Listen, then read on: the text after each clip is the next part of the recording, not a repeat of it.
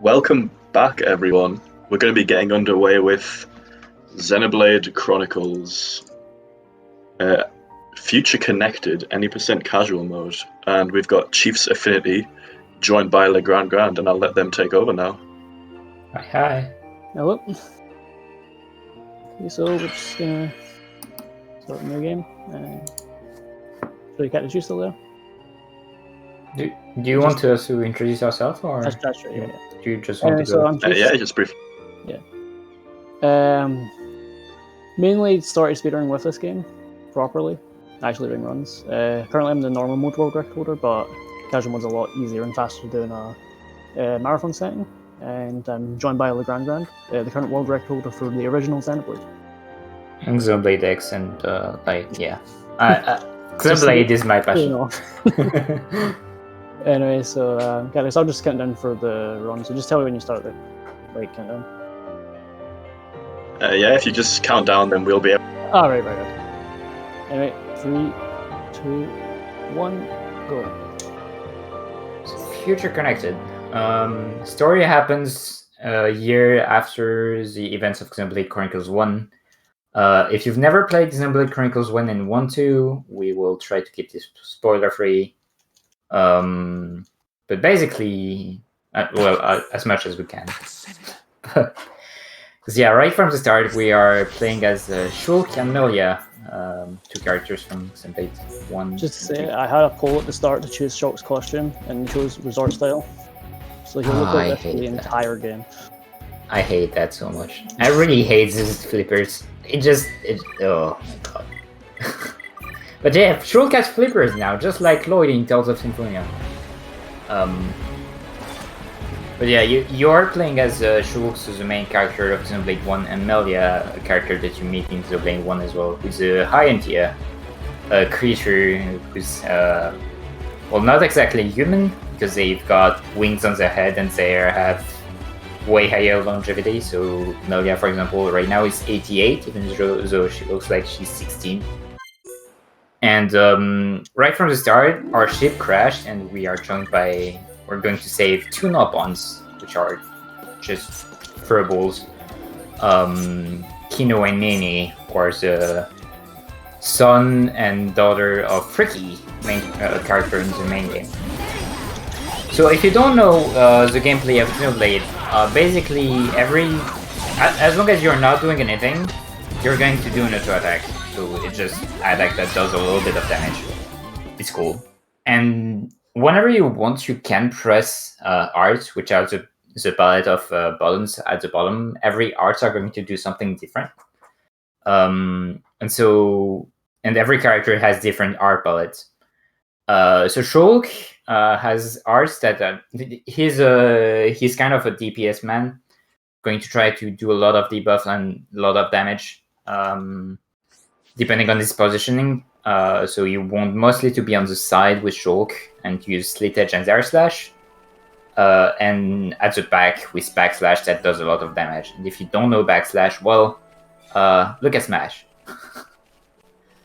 So yeah, lots of positioning with Shulk because he's trying to DPS. Not so much with tanks who are going to take aggro. So there is an aggro system in this game. The more damage he deals, the one that is dealing more damage is going to take the aggro. There is arts as well to reduce or boost aggro depending on your character. But mostly how it's going to work with Shulk. You just don't want to take aggro with Shulk. So this game looks gorgeous. There's going to be many times where I'm just running, so I'll try and make show scenery to make it at least somewhat more interesting. Yeah, so the game takes place on what's it called? Bionis Shoulder. So the main lore of the game is that we are living on Titans that are about 40 kilometer high, and about as very long as well. And so right now it's a shoulder. So there is two Titans, Bionis and Mechonis, who are fighting each other. Right now, we're on the shoulder of the Bionist because we're trying to investigate the floating city of Alchemoth that landed here. It was actually in the main game, in the original game, the Wii, but it was never a map that was never used, and it's actually used here. So that was a way to use this map. And yeah, Bound Specters. I don't know if you want to talk about those. It's a 40-second unskippable cutscene and we hate it. Yeah. So Bound Specters are the main gimmick of the game because, like as I explained, there is a battle system with arts that you can press anytime you want, and that are going to heavily impact the way of the fight, the way the fight is going. And in addition to that, you've got Bound Specters that are going to stay around with you and that are going to do random stuff during battle that you can control. You can only control one character in the run. Everything else is by AI, is an AI that is actually pretty good, as long as you like it, and also very consistent at what they're doing. So like you can, like you're gonna be fine with AI mostly. Just that whatever you control, you're going to do it better. If my screen ever disappears, tell me. My PC likes to turn off. Okay. So Bound Specters are going to do random stuff in battle, depending on the tension in the party, mostly. Like that's going to help. We might have time to explain tension later on, though it won't really matter too much. And depending on the Bound Specters you recruit, your quests and stuff, they're going to do different stuff. And once you get one of each, you're going to be able to use chain attacks, but we'll get to that later. Yeah, we just got a lot of walking for now, so if there's any donations, feel free to jump in. We do have a £25 donation from Trundle who says, "Good luck everyone, let's get this donation as high as we can." Thank you so much for that. Yeah, so there is actually a lot of categories with this game because like this run is really short. If you compare it to every other Xenoblade games, which are about like 2 to 4 hours in average, like even Torna is really short and it's 2 hours. Most of the games are about 4 hours long. This category especially, is only 35 minutes long and it's really easy to get into. So it was like really popular when the game came out, due to these like the size and the very, very beginner-friendly entry to Xenoblade, because Xenoblade games are rather difficult to run. And there were a lot of races back then. Not so much now, because like people mostly moved on, but still, it's a pretty easy run. You've got so like this is played on casual. So the difference between casual and normal mode is that there is no agility handicap. Also, this is a skip right there. You're taking full damage, but not enough to die, so you can just fall down like this. Let's just skip that entire section. We'll get a better view of it later when walking across a bridge. Yeah, the problem in doing it later is that there is going to be a lot of enemies that are going to aggro you and kill you. So I forgot LGG wanted this, so just for now. Oh yes. Oh, playing Eskino, nice. Right from the start. Anyway. I don't get how they managed to make this sound, but they did, and they kept that. It's glorious. In the normal category, you use him for the entire run instead of his sister. Yeah. Because he heals and we die if we don't have him. Yeah, because like the main difference between normal and casual is that first, like you're not handicapped by agility if you're underleveled. That's a thing in Xenoblade. So if you're 6 levels behind an enemy, you're going to have minus 80 agility. 1 point in agility is 1% chance to hit. If you are minus 80 agility, or minus 80% hit rate, you're just never going to hit, and you're just gonna die. So your in normal categories, you're supposed to farm in order to make up for that problem. In casual, you don't. They removed it, so in a way that like it's always at 0. You also take 200% extra damage if you're 6 level volts behind, but casual mode makes you take half damage, so that completely negates this handicap. So basically, what casual mode mostly does is completely remove level handicap. So there is also another thing is that it removes spike damage pretty much, but we won't encounter that, so I won't explain it too much. And the last thing is that chain attack is going to build twice faster, which is going to be very important for endgame. We'll get to chain attack later, I suppose. And so because level handicap isn't a problem anymore, well, you don't have to farm for level anymore, so we can go just do the story right away. Normal mode has this level handicap problem, so it has to farm, and it also has to play a lot more safe, because otherwise you die, as Chief explained. And so our party composition right now is going to be heavily like damage oriented, and there is pretty much only Schultz that can heal with slight heal, that can only heal like 1000 HP on one character.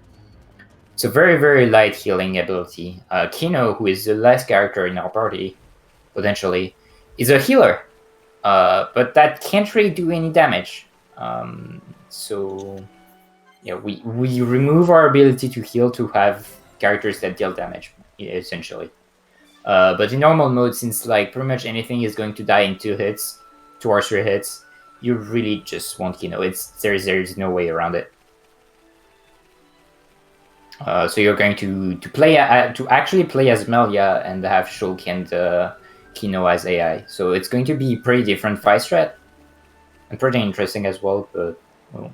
Yeah, this is the entire section we skipped earlier from jumping off the mountain. Yeah. So our first objective.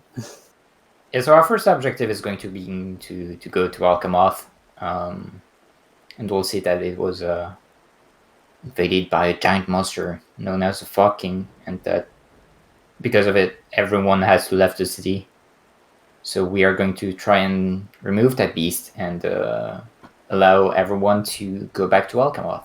That's basically the plot of this game.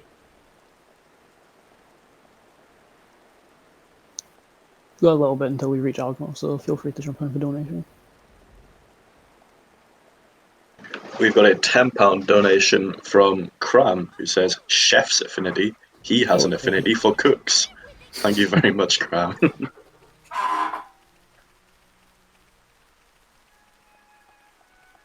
Anyway, at this point in the normal run, we'd be level 69 going on 70, which shows how much of a difference it is. Full 10 levels.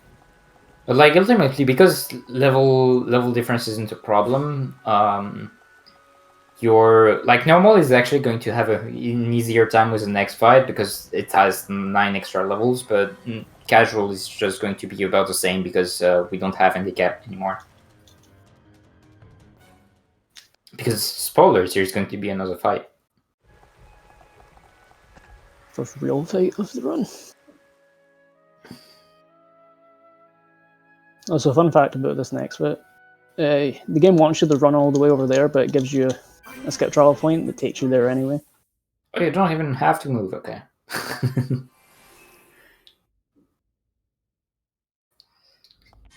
So second Bounce Vector we're going to recruit is Dry. It's Bounce Vector that is going to be damage oriented. So you've got 3 types of Bounce Vectors. You've got damage Bounce Vectors, which are red, yellow Bounce Vectors, which deals debuff, and healing Bounce Vectors, which are blue. And you want one of each in order to be able to use chain attacks.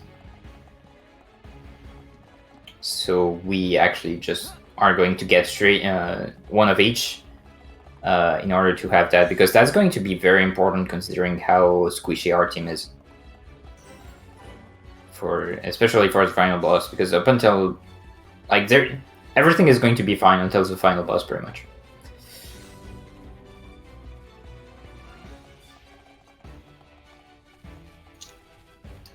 Okay, to have this really nice theme doing this. I didn't mention it, but obviously you could have seen it. We can teleport from landmark to landmark pretty easily. So we actually flagged a few landmarks on our way that we're going to use later on. It's pretty much most of what we've done. Well, when you're going to Chronicles Nate and going to Alchemoth as well. Pretty handy. Right. So the next fight, we're not actually going to fight the Fog King, but we're going to fight the Fog Beast. And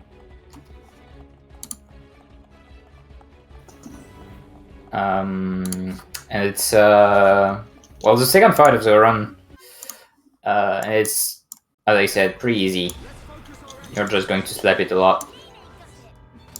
So as I explained, Shulk doesn't want to take aggro, but we're going to deal too much damage, so Shulk is going to eventually take the aggro, and yeah, there's pretty much no way to remove that aggro until the boss is dead, so it's probably just going to press a lot of buttons and win. Okay, so I was trying to get a glitch with the Mirada arts, which lets you apply lesser damage to any art. It would have taken from like 6k damage to like 8k damage. I'll try and do it again later, but it's whatever for now. Alright, so say that QDE that popped during battle, if you hit that, you are actually going to boost your tension, which is going to give some negligible bonuses. It does cool stuff, but it's in a vacuum not really too important. But the most important thing on Future Connected is that it's going to allow 1-2 Shape Inspector, I think, to actually get get stronger and actually use their ability and deal damage and stuff. So it's actually very important to hit those in Future Connected, much more than in any other, much more than Xenoblade 1. The other thing it does, when you hit this QTE, it's going to boost the gauge on the top left. So this is the chain, the barter gauge.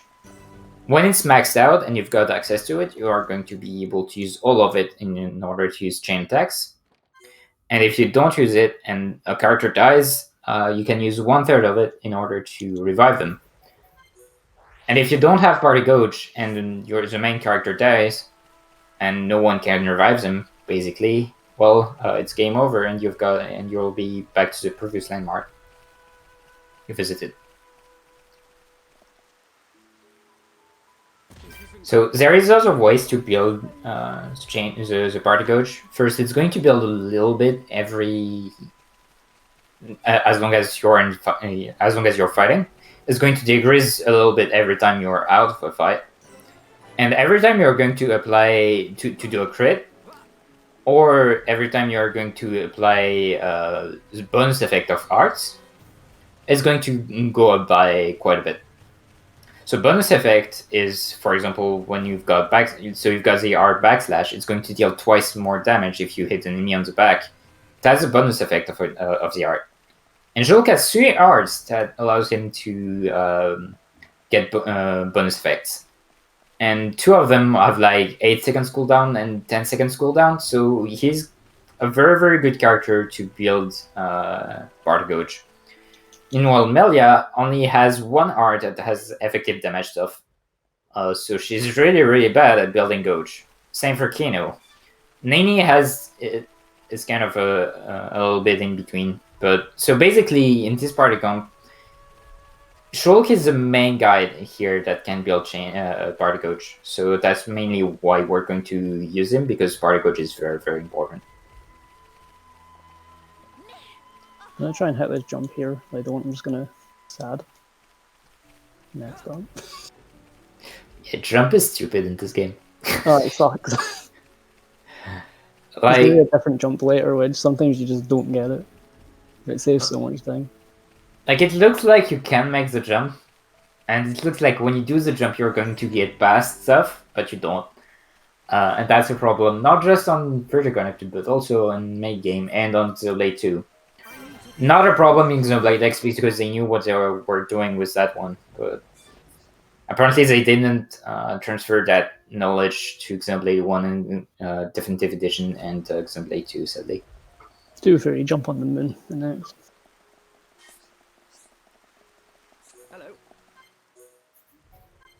So getting a better weapon for Nene, basically just for the extra crit chance, because as I explained, crit chance is going... every time you do a crit, you're going to build party gauge, and that's very important. Yeah, okay. This is Lagrange's favorite part of the normal run, because this is technically not for casual. So, as I explained, jumping sucks in Xenoblade. So every time you're trying to do parkour stuff in Xenoblade 1 or 2, it's always gonna suck. Like, there's no other way around it. Just don't do that. Monolith Soft, please, Key, thanks. Or if you do that again, just put that in Xenoblade Extension.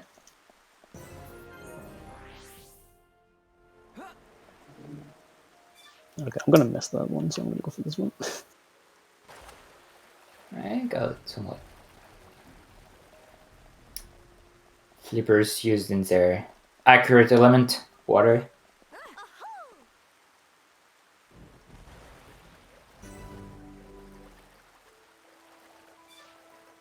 So I got some more downtime if you want have a donation.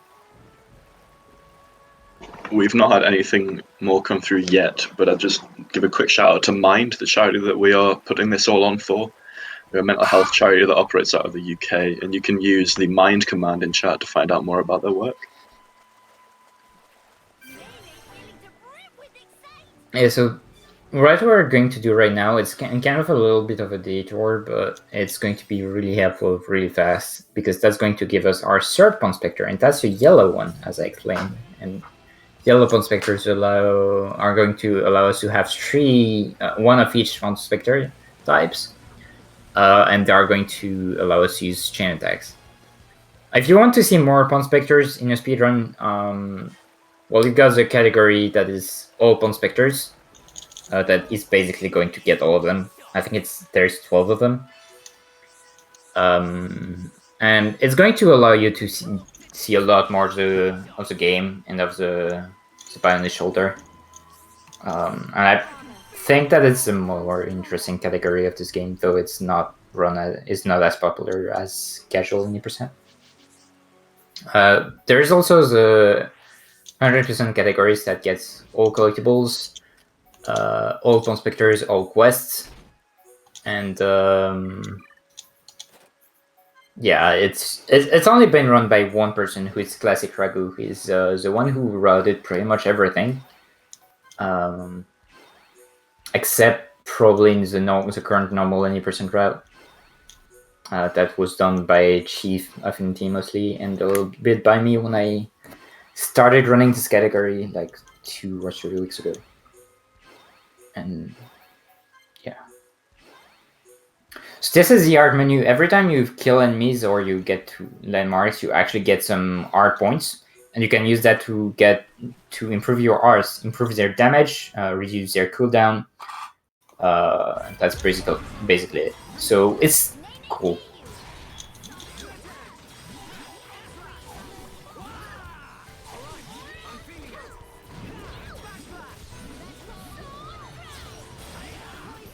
Backslash. So again, the difficulty at Shulk is that you're trying to deal damage, but you also don't want to take the aggro. So, like, as good as Nene can be at building aggro, because she's the tank of the party, she's here to take the aggro. Well, if you deal too much damage, then she's not going to be able to take the aggro. So you kind of don't want to spam backslash. Just like in Smash.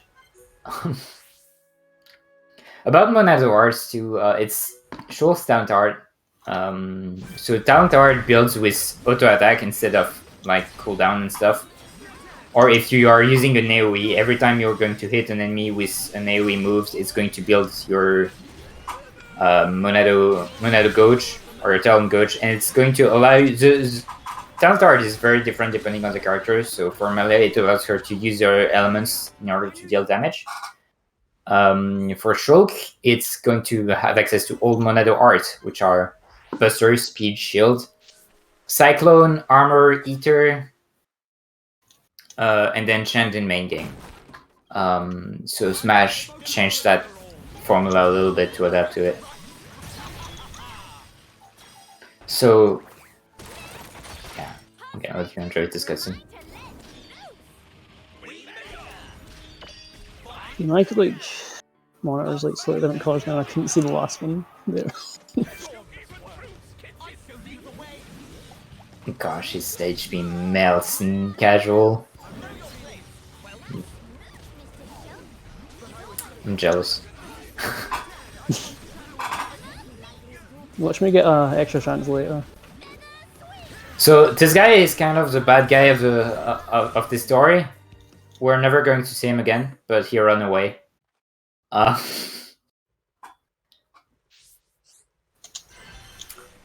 And it's very easy fight. So as you could see, so chain attack. I'm not exactly sure if they call it chain attack, but either way, it allows you to you've got 3 different possible attacks that you can do. Either heal, daze everything in a large area, so prevents them from doing anything for about 10 seconds, or deal a lot of damage, more damage if you've got more Pun Specters.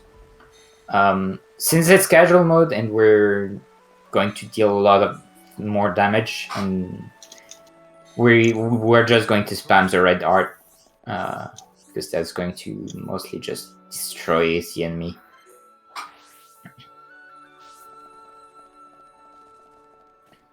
Yeah, the current quest right now is like the one quest in like most of the Xenoblade games that you can actually skip a step. Some like the item you required spawns after talking to this woman coming up, so we don't have to talk to the main quest giver in between. Yeah, if you're wondering, what we're trying to do is find a way to kill the Fog King, and since Shulk is smart, because not every JRPG has stupid main characters. Sometimes they are smart. He is trying to engineer something that can destroy it, and will successfully do it. Yeah, here's the place we got at the start of the game. Finally going there. So this jump is kind of weird to understand. Or you can just do it like, okay, I do it completely differently. And I tried to do it like that, and I never succeeded, so I do it in a weird way. Good for you. And we've been running it since like May, so. Yeah.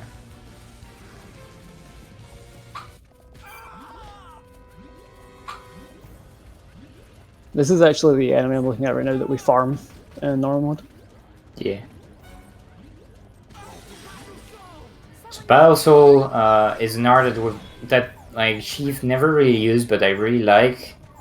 And I think people should use it more, but anyway. It reduces Shulk's HP to half, which sounds pretty bad on paper, but that also is going to give you, like, I think at this level, it gotta be like 20% of Monado gauge, which is very good. It allows you to kind of always have your talent art ready, and Shulk's talent art is really versatile. Though in Future Connected, it doesn't have as much uses as in main game for a reason. I'm not going to talk about main game too much. So this is pretty much the end game now. We're going to do a gauntlet of 3 fights before the final boss. So the first one is the Mammoth, and we just want to topple it as soon as possible. So topple is something I never got to explain, but just like in Xenoblade 2, for example, you've got 3 stages for a boss. You can first break it. When he's broken, you can topple it, and then you can daze him. So topple is going to make him unable to do anything for the duration of the topple, and daze is going to prevent you from drawing any aggro when the enemy is dazed. So a good strategy when fighting enemies is to topple lock them. And Cyclone Dash Chief is using right now is a double art, because so if an enemy is broken or is actually doubled, that's going to add 3 seconds of double to the enemy. So we don't have as much ability to double lock enemies in this category because, well, chains don't work the same way as in Xenoblade 1, but we still got a decent way to do it, and we just did very easily. With this fight, we're just going to skip it because it's annoying. I'm gonna stay safe though and just get some gauge. So we're not going to try and get all the bonus damage because otherwise that would actually kill it. Which would be nice on paper, but the next fight is actually also pretty scary and we want to chain it as well. No, but it's nice. So say that double... So Party Coach builds twice faster in casual mode, which means that like we already have our Party Coach back. That was because we also got the tension prompt that gave us like 1.5 bar, which is absolutely insane. But you know, it's casual.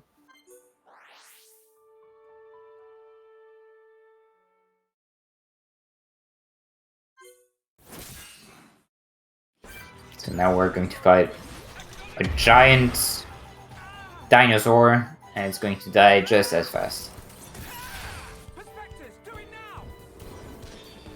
We measure.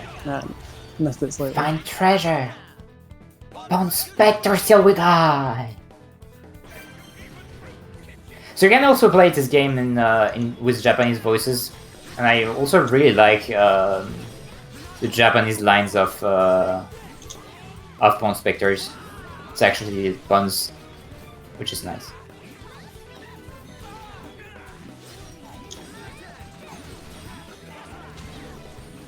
I see you're keeping them another gauge for fucking. Yeah. That's actually smart. I mean, you can also just like battle soul the Lexus on the way, so it's Yeah. whatever. I would have Bustard every day of the week and then cried. Unfortunately, we have to reclimb these stairs because the sceptral location we can't reach on the fight from earlier. Yeah. We've tried. We can't get it. So we got a quick donation. Cool. We got a quick donation here from Nathan, who says, "Let's go, Chief. Shulk." Okay, £3.33. Thank you very much, Nathan. Thank you. Anyway, we're on the way to the point of no return for the final boss now. Yep. The final boss is coming soon, and we've got like a good 5 minutes of fight if things go bad.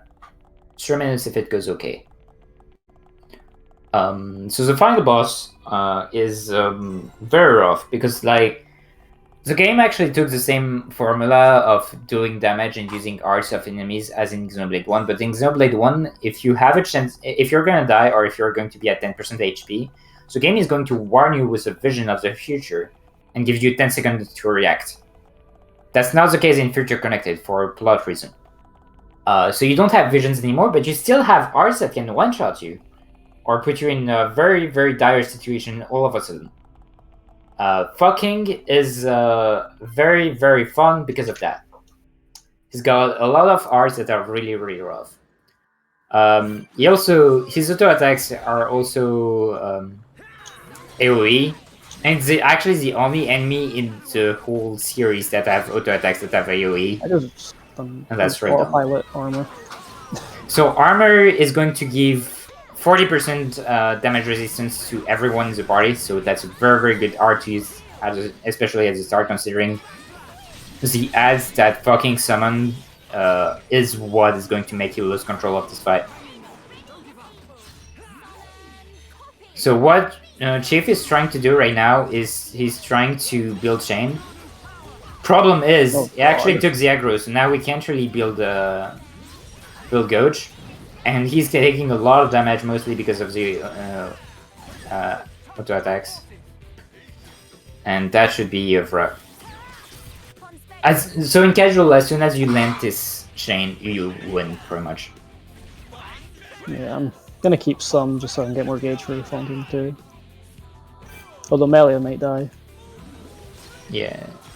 Need to take aggro. You take aggro? You're good? Oh god. Yeah, please. Okay. There we go. Lucky that wasn't phase 2 because he took aggro. I'm just Because waiting. phase 2 Melia would have definitely gotten hit.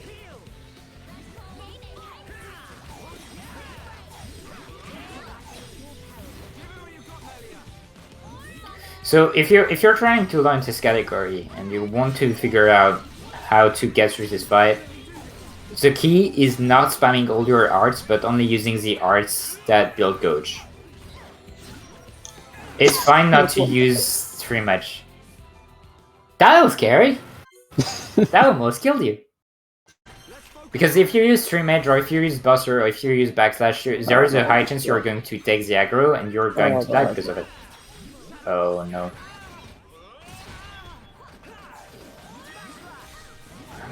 Oh. So phase 2 fucking gets like 2 more ads, so you've got, instead of 2 ads, you have got 4 ads to deal with. That are all going to die after this change, so we're good after this. But the problem as well is that fucking has access to a few more arts that are really, really scary. The first one is Mispress, that is going to topple you for, I don't know, 17 seconds. So you're not going to be able to do anything for 17 seconds. He's got Conversion's Beam, that is basically the Agnes Beam that killed Melia and Nene earlier. And very, very high damage output. And then you've got Collision Burst, that is an animation that takes approximately forever.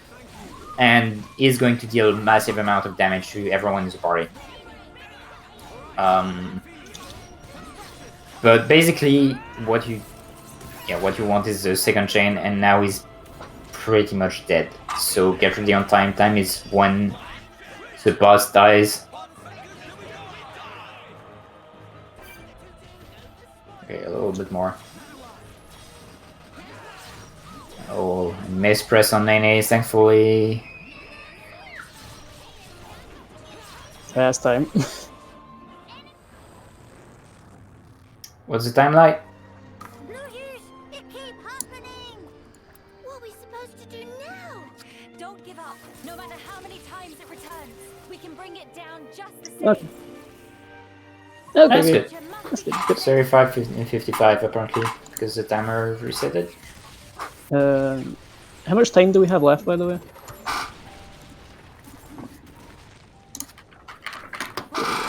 What? Yeah, let's go. Telethia? So yeah, if you're interested in actually like learning or just join the community itself, check any of the Xenoblade pages on speedrun.com, and there should be a link to the Discord and guides and everything. And if something's out of date, just ask. It's a good community. Yeah. And I'm sure the next Monolith Soft game that releases will have a large community. Well, largest. So. Incredible. Yeah, and everyone is very friendly, so if you've got any questions, there will pretty much always be someone to answer. Please, buy me some. On any games, even Xenosaga and Xenogears, if you're actually interested in those games, the Xenosaga community is also there, and Xenogears one as well. So if you want, if you've got questions on any game of the series and you want to start speedrunning this series, well, casual is a very good entry, but if you are fine with 4 hours long RPG, or even longer than that, if you're feeling crazy with Xenogears, yeah. One thing to specify though is for Definitive Edition, it's unfortunately Monolith Soft patched the glitch, so anyone downloading the game now will not be able to compete, for lack of a better term, because they got rid of the glitch that allows us to get to level 50 at the start of the game. Yeah, a glitch that saves about 3 or 4 hours. And if you want to play original game, you have to have a PAL Wii U to play, and component cables to play at 50 Hz, so you run how much faster again? It's 15 minutes faster, but the Strat also works on 60 Hz, so even if you've got a normal US Wii U, you're good. Yeah. And TSE. Actually, there's a lot of discrepancy. Isn't like Xenoblade X Online Japanese faster than normal? You just need to have a digital version of Xenoblade X. Japanese is actually, I think it's actually a little slower because scale quests are more annoying to do on Japanese. Oh, okay. Because I remember they could get like tickets faster or something. Well, considering offline is a main category, I'd say, and you don't care about tickets and you're good. So the big thing with Xenoblade X is that the Japanese community is all around online, is the online category, and so the fun thing about Xenoblade X is that when you're in online category, you're going to do the run, but you're also going to get items and be helped by anyone who is online, who is friend with you. So it's a community category in a way. It's really interesting for that reason. Yeah, I think you've got stuff you want to showcase.